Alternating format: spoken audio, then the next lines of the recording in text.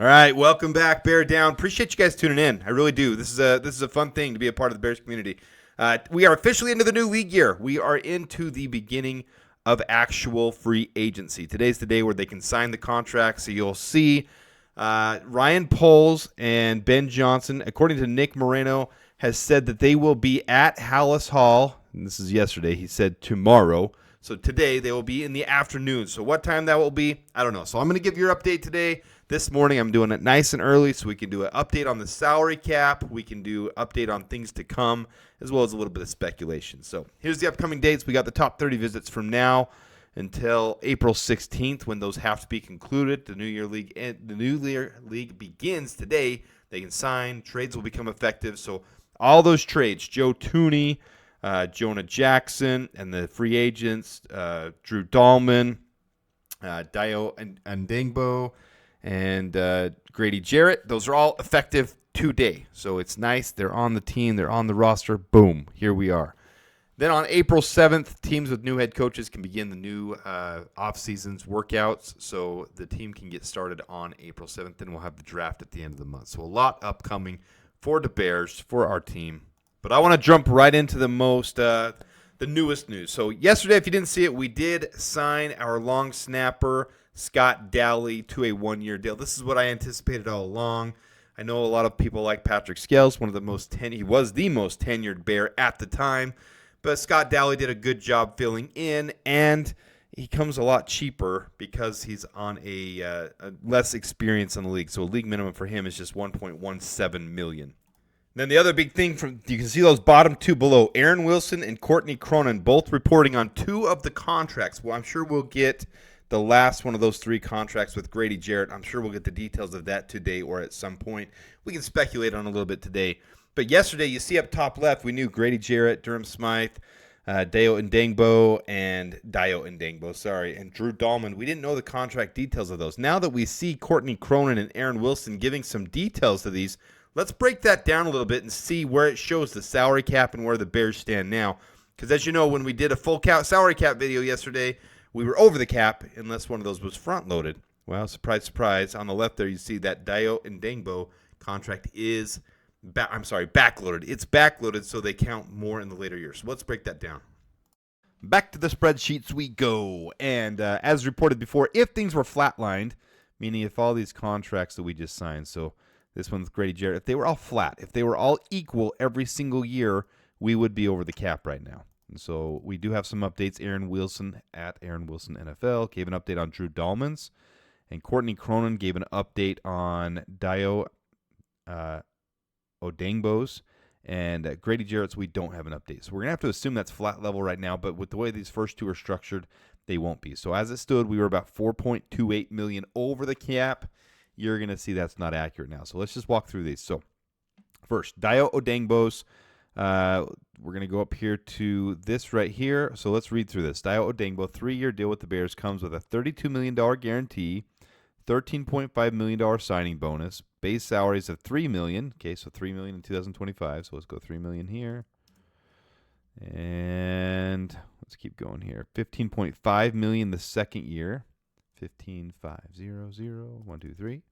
And $13.5 million on the last year. 13.5 million. 1, 2, 3. All right. So it's clearly backloaded like we assumed it would be. We kind of thought it would be. With 500,000 workout bonuses each year. So we're going to bump those up. 14, 1, 2, 3, 1, 2, 3. 16, 1, 2, 3, 1, 2, 3. And 3,500, 1, 2, 3. All right. 3.5 million. All right. Also do $1 million roster bonus on the 5th day of the 2027 league year. So this one's going to be bumped up. 15. Oops, one more. All right. Now we just need to add into there the signing bonus, $13.5 million. 13.5 million. Let's bring this up. 13.5 divided by 3 years. So $4.5 million per year. So we're going to add $4.5 million to each one of these. So 3.5 plus 4.5 is $8 million.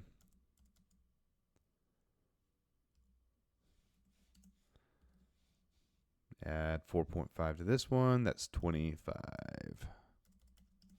And 19.5. All right. So there is Dio Odengbo's contract right there in a nutshell.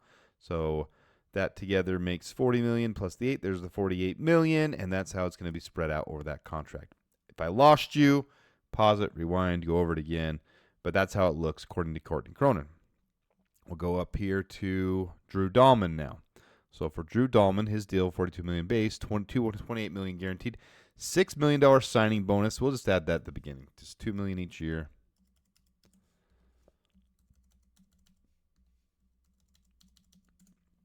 All right, salaries, 11 million guaranteed, 11 million guaranteed, and then 11 million guaranteed. So it looks like it's actually an even level contract. Let's see here, 11 million, 11 million, 11 million. So this is a level contract. So 11 million, 11 million, 11 million. What am I missing here? 45,000 per game active roster. So 13 million. I'm just going to copy that across. 13 million each one of those, but there's the kicker at the end. 45,000 per game active roster bonus annual. So maybe they're a little bit worried about the ankle injury there. That's all that can read to me. Otherwise, they want to make sure they have a healthy player. So 45,000 times 17 games. So I wonder if that includes the preseason games as well. Per game active annual bonus. We're gonna run the assumption it's not, that it's the active roster. So 13,765.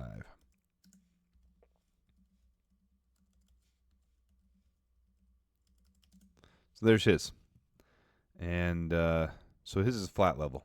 The only one that helps there. This helps significantly with the salary cap. I would guess Grady Jarrett's is going to be something similar to this one, but we don't know.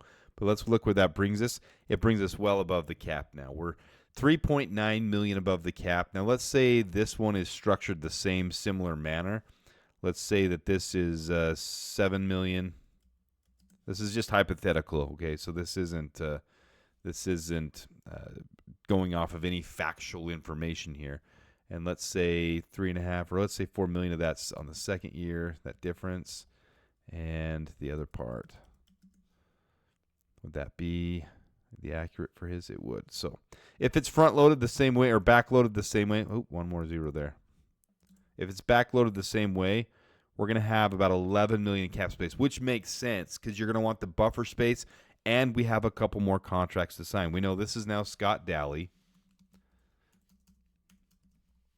and we can assume that's going to be the 1170, which is the league minimum for him, not 11 million, sorry. So 1.17 million, which is the league minimum for his service time. So if that's the case, you got 10 million here, and we have a couple more contracts to sign. That would put us, before we get to the draft, probably about 2 more contracts out of these remaining ones to sign. So we got a couple more things to do, minor. They might come after the draft. That happens all the time. You're not going to see any major action here, but we do have draft picks less to do. So that would be putting us right within range. This is not actual. Those who are, looking this and taking this as the gospel, it's not the truth on everything, because this is just hypotheticizing.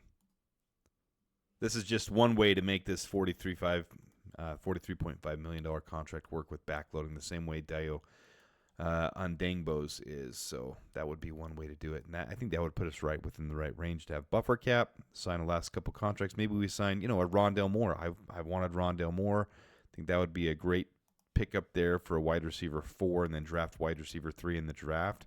Then you're picking up running back, picking up tight end, picking up center backup, and that could be Ricky Stromberg. It just depends on how he's going to progress. So I'm not, actually Chris Glazer could be center as well.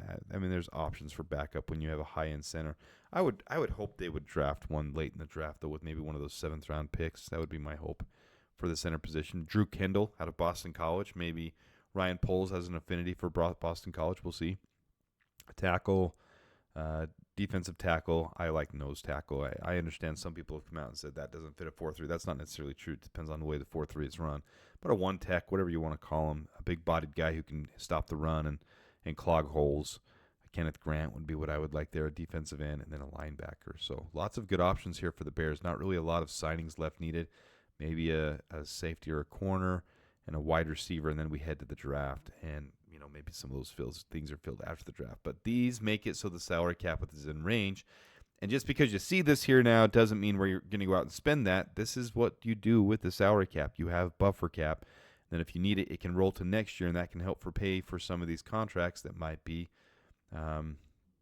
backloaded a little bit. That'll help pay for some of these so you're not going over the cap next year.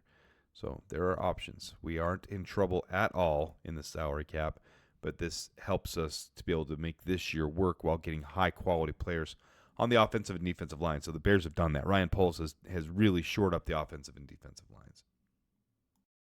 It's also worth noting, and I thought it was pretty interesting, that it's reported, according to Jonathan Jones of CBS Sports, that Drew Dalman turned down more money from other teams to be a Bear. It's really funny to watch Niners fans because the connections with the Niners, Drew Dalman's dad played for the Niners. His sister is at Stanford.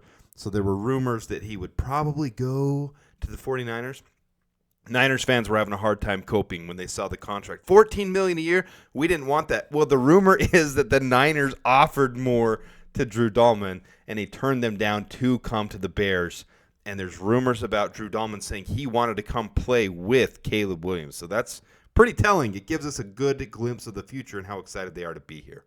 All right, so on to the team needs. Let's talk about this for just a minute because now we're past free agency for the most part. With that being established, having a little bit of flexibility of money to move around just a little bit, and we don't know Grady Jarrett's contract yet, as of this morning at least. It will probably come out today. There might be a little slush fund, so maybe we pick up a linebacker, maybe we pick up a wide receiver 5, maybe we pick up a backup center or a cornerback. Who knows? But the rest will be through the draft. With that being said, let's look at the team needs and where we stand because we keep showing this chart. We have 7 draft picks, and I want to point this out 3 different ways. So number one, if we're going purely team needs, the needs the team have over everything else, you can see I highlighted them in white here. So purely team needs a nose tackle or another solid defensive tackle to rotate in with Gervon Dexter, with Grady Jarrett, with Andrew Billings. Those 3 guys, we need one more solid, and I'd say nose tackle. I really like Kenny Grant. I really like Walter Nolan, but there's options there, and I think that's one of the biggest needs. Another one, we know Braxton Jones' contract is coming to an end next year. Karan Amagaji is not proven. Karan Amagaji could move into guard. He could be swing tackle. You don't know what's going to happen, but we do need depth there. We do need another tackle, so offensive tackle might become the biggest team need. The nice thing is we don't have a pressing need for any one starter, so we can go best player available. Left guard, a backup either left or right guard, however you see it. Safety, all of our safeties are coming to the end of their contract, so this is a team need. Tight end 2, we do not have one on the team. That is a team need. Running back 1 or 2, they've talked extensively about how we do need to add some depth there. DeAndre Swift needs someone to complement with him. It could be a running back 1 or running back 2. And then wide receiver 3, we just flat out don't have one on the team right now. So those are our needs. And then if you look at it at another angle, what are the most expensive position? As these contract values go up and you need to draft replacements, what is that going to be as we move to the forward? We know Caleb's going to have a huge extension here in 3-ish years from now. So what are the expensive positions that we really need to focus on to make sure that we can draft and develop some of these players? Well, defensive line is one of those. So defensive end, nose tackle, those would fit that parameter. Offensive tackle gets very expensive. Quarterback, but we don't need that. And wide receiver is becoming one of the highest paid positions as well. So if we look at this angle, what do we really need to focus on first? Probably defensive line, offensive line, or wide receiver 3. And then one last angle we can look at is the most indicated. What have the Bears shown so far that they want to do the most? And if you look at what they did in the combine visits and then where we're going with the top 30 visits, we don't know. Those will start trickling in.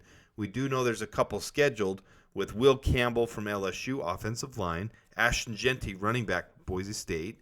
So those 2 have been confirmed they will take top 30 visits. There will be 30 of them plus, some of those guys from Notre Dame or Illinois, some of those guys around, they can take top 30 visits for free as well. And guys who grew up in the area as well, they also can take top 30 visits without the Bears being charged a visit. You get 30 visits, and those are extensive visits. These aren't like the Combine where they were 15 minutes. These are several hours long where they spend a significant amount of time with these players, getting to know them, bringing them in Hollis Hall, making sure they're the right fit. And that's why you do these top 30 visits. Well, what do we know from so far from the combine? When you look at what really sticks out in the first round, we've got some defensive linemen that have visited with the Bears already. We've got a couple running backs and a tight end. And then we got a lot of offensive linemen. So anybody who says they know what the Bears are going to do in the first round, nobody knows what the Bears are going to do in the first round. We still have a long ways to go before the draft. We'll see the top 30 visits that come in. But there's a lot of different angles you can look at that from. What are our biggest needs? What are our needs next year? All those safeties being gone. 4 safeties at the end of their contracts. No other safeties on the roster. We need some replacements there. That doesn't have to happen in the first round, though. That can happen in the second round. Running back has become a really primary need for us. Tight end 2, linemen, defensive men to learn behind these guys, to work with Dennis Allen. And, maybe some of these guys fit better. Mikael Williams, Shamar Stewart, bigger defensive ends, guys whom they met with at the Combine. So we'll keep doing our player profiles. We'll keep updating that, and we'll update you as the top 30 visits come along. But Ryan Poles will be media available later on today, probably Ben Johnson too, and maybe even some of our rookies. So we'll see how that goes. There's a little update on the salary cap. Let you know that we aren't over the cap, but we have restructured. We've not restructured, but we structured some of these to be backloaded a little bit. We'll see if we make any moves, because there is possibility we can make small moves, but no huge moves forthcoming for the Bears. So from here, it's really the draft, and I hope we can add someone like a Rondale Moore. I would really like to see that. That would be my priority. And we'll see what the Bears do, though. I can see him out in a corner, something like that. So Ryan Poles speaking later. There's an update on the Bears. A little speculation. Appreciate you guys tuning in. We're in the new league year now. It's official. So with that, the Bears and Bear Down.